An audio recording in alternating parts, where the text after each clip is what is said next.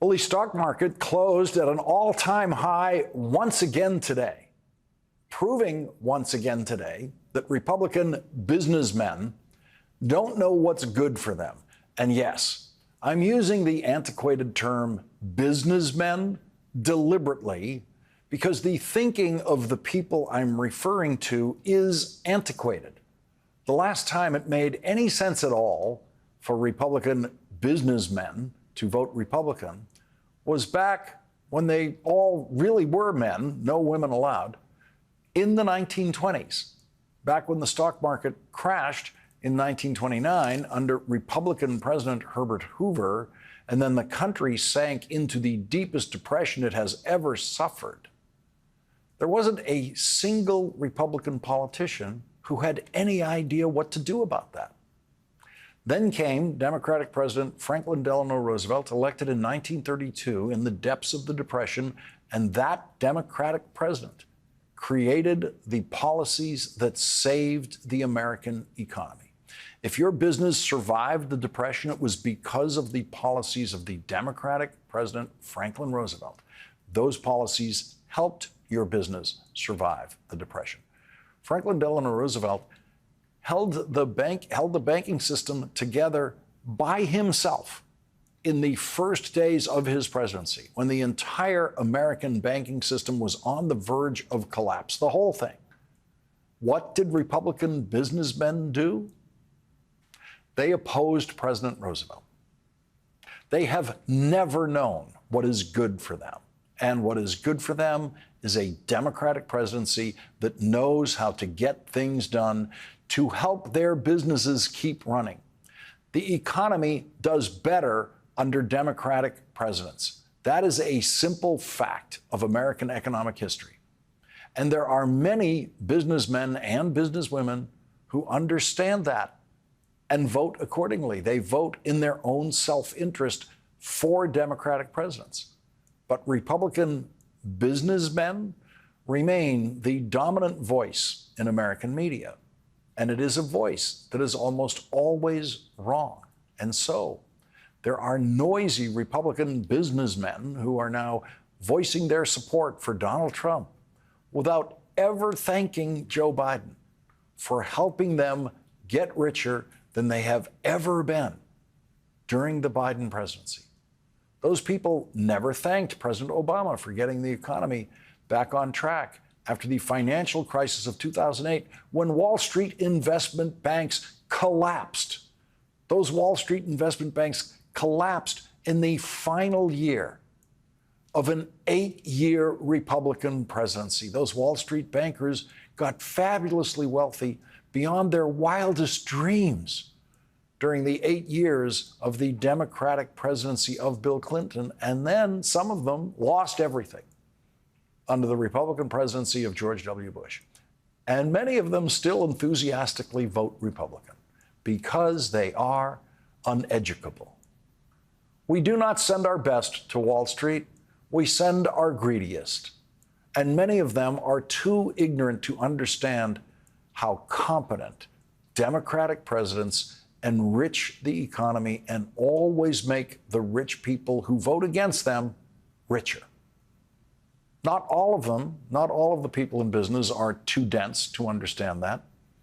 Democratic presidential candidates get plenty of contributions and support from investment bankers and business owners and business executives who actually understand how the economy works and the government's essential position in the economy. Infrastructure spending is one of the simplest illustrations of this. The Trump White House cartoonishly scheduled and rescheduled Infrastructure Week for 4 years and never passed a single bill providing a single improvement in American infrastructure. Not one brick. Donald Trump built nothing. Joe Biden passed an infrastructure bill and signed it into law, and he did it with bipartisan support in the Senate. Many of the Republicans who voted against that bill in the House and the Senate now step forward to take credit for the infrastructure improvements that that bill is delivering in Republican congressional districts and Republican states. Infrastructure improvements are usually planned carefully for years. before the first day of work on a project begins. But this year, we saw a case of emergency infrastructure work like we have never seen before, when 112,383 metric tons of a container ship crashed into the Francis Scott Key Bridge across Baltimore Harbor and instantly closed all shipping in and out of Baltimore. That was not a problem for Baltimore businesses. That was a problem for the world. Grain harvested in the Great Plains is shipped to countries around the world through the Port of Baltimore. That means there were businesses large and small in places like Iowa, Nebraska, Kansas that would be hurt by the closing of the Port of Baltimore. The first stage of the story was tragedy for the 6 men who lost their lives working on the bridge when it collapsed in the middle of the night. 35-year-old Alejandro Hernandez Fuentes and 24-year-old Carlos Daniel Hernandez from Mexico. 26-year-old Dorlian Ronel Castillo Cabrera and 35-year-old Jose Lopez from Guatemala. 38-year-old Maynor Suazo from Honduras. 49-year-old Miguel Luna from El Salvador. The second stage of the story had to immediately be the reopening of the Port of Baltimore, and then the third stage, the reopening of the bridge. Reopening the port meant clearing the bridge debris so that a clear, unobstructed channel could be established through the port that is 700 feet wide and 50 foot deep to accommodate those huge container ships that use the port. Until that port was open, every ship on the oceans of the world headed for the Port of Baltimore to deliver imports to the United States had to be rerouted or wait. And that would add costs to the exports and the imports involved, which means it would add inflation in the same way that the broken supply chain during the COVID pandemic created inflation around the world. And every ship that was in the Port of Baltimore, ready to leave that night and deliver America's exports around the world, was then stuck, couldn't move, stuck. None of those ships could leave until that channel was reopened, none of them. That meant that every business that had goods on those ships for export around the world was losing money every day. Every American business that was shipping exports on those ships lost money every day that those ships could not move.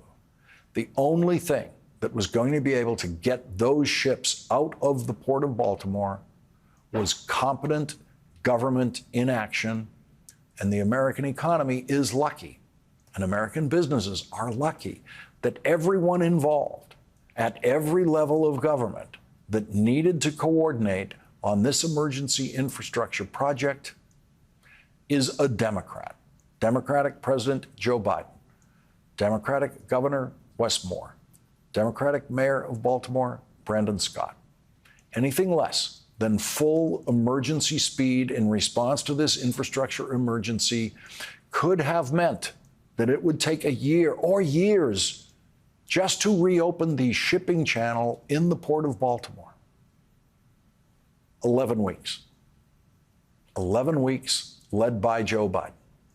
The emergency infrastructure project in the Port of Baltimore took 11 weeks. And this week, the port reopened.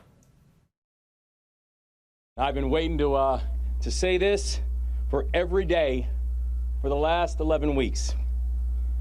Maryland, the Fort McHenry Channel is fully cleared and the Port of Baltimore is reopened for business.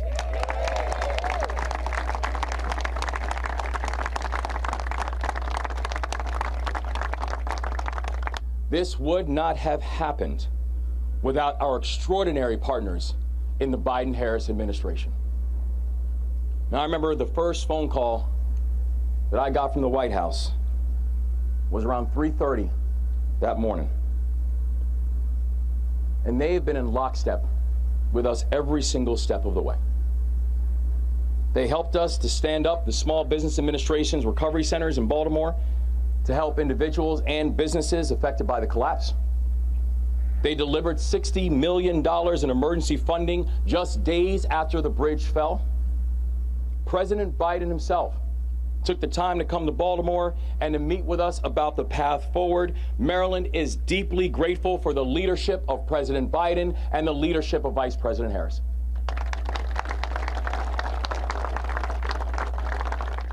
That was Governor Wes Moore at the Port of Baltimore today. There's another version of this story that could have happened. President Biden goes to Baltimore, promises to do everything that he can to reopen the port as fast as possible, and then he fails.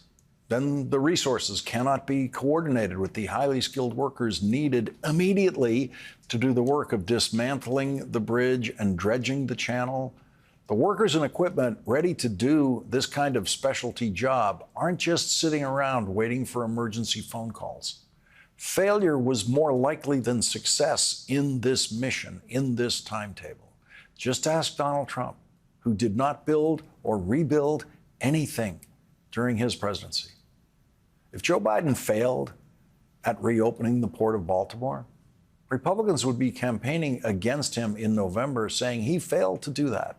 And Donald Trump, of course, would be promising to reopen the Port of Baltimore on his first day in the White House again. And Trump voters would, of course, believe that nonsense because they have proved they will believe anything. But that is not the way it happened. Joe Biden delivered on his promise. And when he did, he makes it look easy. And no Republican businessman is going to say, thanks, Joe. This is what winning and good government looks like.